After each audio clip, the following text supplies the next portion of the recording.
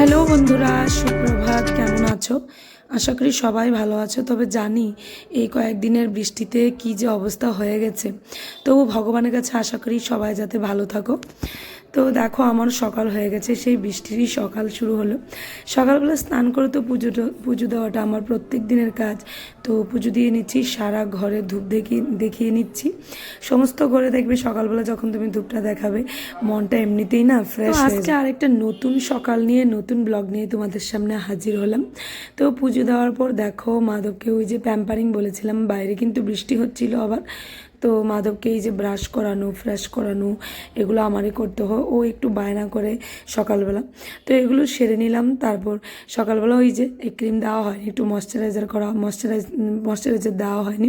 তো শুধু ময়শ্চারাইজারটা দিয়েই চলে গেলাম রান্নাঘরে।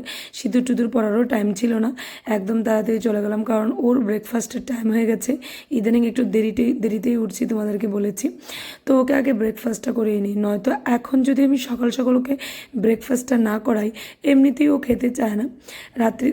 সকালবেলা আরও লেটে হবে ওর ভাত খাওয়াটা। তো আরও দেরিতে হয়ে গেলে আমারও প্রবলেম হয়, ওরও খাওয়া দাওয়া রুটিনটা না একটু এলোমেলো হয়ে যায়। তো খাওয়াটা না ভালোভাবে হয় না ওর। তো এই যে দেখো, সকাল সকাল তাড়াতাড়ি ওকে আমি বিস্কিট আর দুধ খাইয়ে নিলাম। তারপর রান্নাঘরে আমি চলে আসলাম, এক গ্লাস জল খেয়ে নিচ্ছি। নিয়ে কিছু বাসন কোসন ছিল, তো এগুলো একটু মেজে নিচ্ছি। এদিকে সাইডে বাসন কোসনগুলো মেজে নিচ্ছি, আর ওইদিকে চাও বসিয়ে দিয়েছি।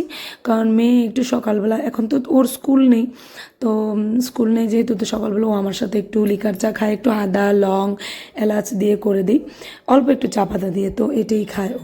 তো চলো আগে রাইসটাকে ধুয়ে নিই। রাইসটাকে ধুয়ে বসিয়ে তারপর যাব, নয়তো টাইম কাভার করতে পারবো না। তো এদিক দিয়ে যদি ডাল আর ভাতটা হয়, ওইদিকে আমি একটু রিল্যাক্স করে বসে বসে আমি চাটাও খেয়ে নিতে পারবো। তো এই যে দেখো, চাও বসিয়ে দিয়েছি। চা বসে বাস একটু আদা দিয়ে দেবো, বাস লং এলাচ, তারপর একটু গোলমরিচ, এইসব সমস্ত কিছু দিয়ে দেবো, একটু চিনি, একটু চা পাতা দিয়ে দেবো, বাস। এই যে আমার আর আমার মেয়ের। তো চাটা বসিয়ে এখন দেখো বিছানাটাকে রেডি করি। আর বিছানার কথা কি বলবো, মাধব তো বিছানার যা অবস্থা করে রাখে। তো বিছানাটাকে একটু একটু করে গুছিয়ে নিই। আর বাইরে কিন্তু বৃষ্টি হচ্ছে, তো আজকে কাপড় চোপড় ধোয়া তেমনটা কিছু নেই। বাইরে যেহেতু কয়েকদিন ধরে একটানা বৃষ্টি হচ্ছে, তো কাপড় আর ধুয়ে দেবো না। এমনিতেই কিছু কাপড় না জমে আছে, এগুলো শুকানোর জন্য ছাদেও মেলতে পারছি না, তো এগুলো শুকাচ্ছেও না। আর দেখবে বৃষ্টি যদি একটানা লেগে থাকে, কাপড় চোপড় যদি ভিজা থাকে, ঘরে কেমন যেন একটা দুর্গন্ধ বের হয়ে যায়। তো এই জন্য ভালো লাগছে না। তো ভাবলাম আজকে যেই সমস্ত কাপড় চোপড়গুলো না ভরে আছে, এগুলোকে আলাদাভাবে রেখে দেবো। তো আমি চাটাকে ছেঁকে নিয়েছিলাম। তো আমার মেয়ে দেখো ব্রেকফাস্ট নিয়ে এসছে, ওর আর আমার একসাথে বেকারি বিস্কিটস আর এই যে 2 কাপ চা। তো হ্যাঁ, যা বলছিলাম, যে কাপড় চোপড়গুলো তো জমিয়ে রেখেছি একটা আলাদা বক্সের মধ্যে, যে এখন ধোবো না, যখনই বৃষ্টিটা কমবে তখনই ধোবো। তো এদিকে রান্না করবো মুগ ডাল। তো মুগ ডালটা ধুয়ে নিচ্ছি, সরি মুগ ডাল না, আমি মাধব আর শোনার জন্য রান্না করব ডালিয়ার খিচুড়ি। তো এদিকে দেখো মুগ ডাল ধুয়ে ডালিয়া দিয়ে দিলাম। এখানে কিছু সবজি আছে, তো কিছু পুঁই ডাঁটা, কুমড়ো, আলু, ঝিঙে, কাঁকরোল, পটল, যাই থাকে, এই যে ঘরে যাই আছে, এই সমস্ত কিছু সবজি কেটে নিয়েছি ওদের জন্য খিচুড়িটা করে নেবো। বলো তো কি, এই কয়েকদিন এমন গরম ছিল না, তো ওদেরকে হেলদি একটা খিচুড়ি যে দেবো, এটা হয়ে উঠছিল না। তো এখন ভাবলাম কয়েকদিন ধরে যেহেতু একটানা বৃষ্টি চলছে, তো এটা তো খিচুড়ি খাওয়ারই দিন, তো একটু খিচুড়ি করে ওদেরকে আগে দিয়ে দিই। তো এই জন্য ওদেরকে আগে ওদের জন্য একটু ডালিয়ার খিচুড়ি করে নিচ্ছি। আর এই যে দেখো, এখানে ছড়া সেদ্ধ বসিয়ে দিয়েছি। আর আমার হাজব্যান্ড বাজার থেকে ইলিশ মাছ নিয়ে এসছে, তো ছোটো 2টো ইলিশ মাছ নিয়ে এসছে। তো এই ইলিশ মাছগুলি দিয়ে ছড়া দিয়ে বাস রান্না করবো, বাস আমাদের হয়ে যাবে, তেমন কিছু আর লাগবে না। ছড়া দিয়ে ইলিশ মাছ দিয়ে একটা ঝোল রান্না করলে, আর ছেলে মেয়ের জন্য ওইদিকে ডালিয়ার খিচুড়ি রান্না করেছি, বাস আমাদের হয়ে যাবে, আর অন্য কিছুই করতে হবে না। আর বৃষ্টি যেহেতু এসবই ভালো লাগে। আর বলো তো, এক হাতে সমস্ত কাজকর্ম করে না, একদম টাইম হয়ে উঠছে না যে 2-3 পদ রান্না করবো। আর আমার শাশুড়ি মাও বাড়িতে নাই, তো সমস্ত কিছু আমার একা হাতে সামলাতে হচ্ছে। আর এদিকে দেখো মাধবন কি করছে, ছড়িয়ে ছিটিয়ে রেখে। এখন কি পড়াশোনা করছো তুমি বেবি? কি পড়ছ? ওয়াও, কি সুন্দর মাছের গল্প পড়ছ, পড়ো পড়ো। তো তো এদিকে দেখো আবার চলে এলাম রান্নাঘরে, কারণ এদিকে না এই যে ছড়ার ঝোলটা রান্না করবো মাছের মাথা দিয়ে মাছ দিয়ে। তো এটার জন্য মশলাটা আগে আমি পেস্ট করে নিলাম। কারেন্টের যা সমস্যা না, একবার যাচ্ছে একবার আসছে, একবার যাচ্ছে একবার আসছে। তো এই জন্য আমি আগে আগে পেস্ট করে নিয়েছি কারেন্টটা। যখন দেখলাম আবার এসছে, তাড়াতাড়ি করে পেস্টটা সেরে নিয়েছি।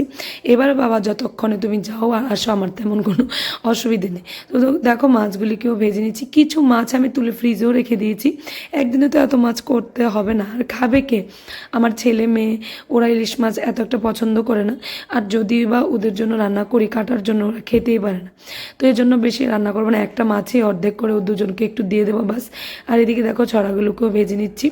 আর এই যে কড়াইতেও তেল দিয়ে দিয়েছিলাম, বাস ভাজার পর মাছগুলো ভাজার পর এখন ছড়াগুলো ভেজে নিয়েছি। এখন বাস সম্বার দিয়ে মশলা দিয়ে বাস বসিয়ে দেবো। মশলা তো আগেই পেস্ট করে নিয়েছি। তো আস্তে আস্তে এইভাবে রান্নাটাও কমপ্লিট করে নেব। আর ওইদিকে ওদেরকে ড্রয়িং, গল্পের বই, স্টোরি বুক, এই সমস্ত জিনিস দিয়ে বসিয়ে এসেছি যে তোমরা একটু গল্প পড়ো, ড্রয়িং করো, খেলা করো। বলো তো কি? তো ওদেরকে দেখে দেখেই তারপর আমারও রান্না করতে হচ্ছে। একবার ওই ঘরে যাচ্ছি, একবার এই ঘরে আসছি রান্নার জন্য। এইভাবে রান্নাটা সারতে হচ্ছে, কারণ ভাই বোনকে বসিয়ে তো একা রেখে আসতে পারি না, একটু পরপর গিয়ে দেখে আসি। আর সারাক্ষণ ওরা ঝগড়া করে, তো ওদেরকে মানাতেও বোঝাতেও চলে যাই। তো দেখো আমার তরকারিও হয়ে গেছে। অনেকক্ষণ পরে এসে তোমাদেরকে একবারে দেখালাম। এই যে দেখো হয়ে এসছে, ফুটেও এসছে।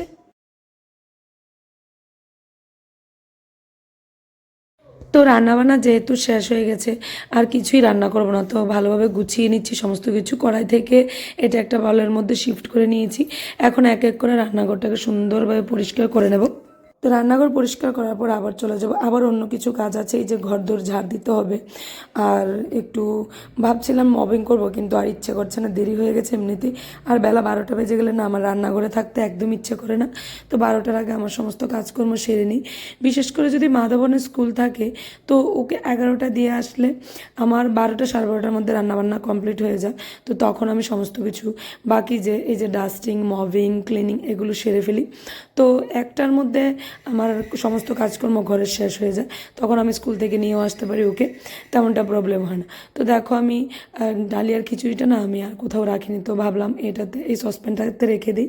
বিকেলবেলা একটু গরম করতেও সুবিধা হবে। কুকারটাকে পরিষ্কার করে নিই, কুকারটা মেজে নেব একটু ভিজিয়ে রেখে, বাস এটা একটা ভেজাল শেষ হয়ে গেল। তো এটাকে একটা সসপ্যানের মধ্যে রেখে দিলাম। আর যতক্ষণে রান্না করেছি দুপুরেও খেতে পারবে ওরা, রাত্রিতেও খেতে পারবে।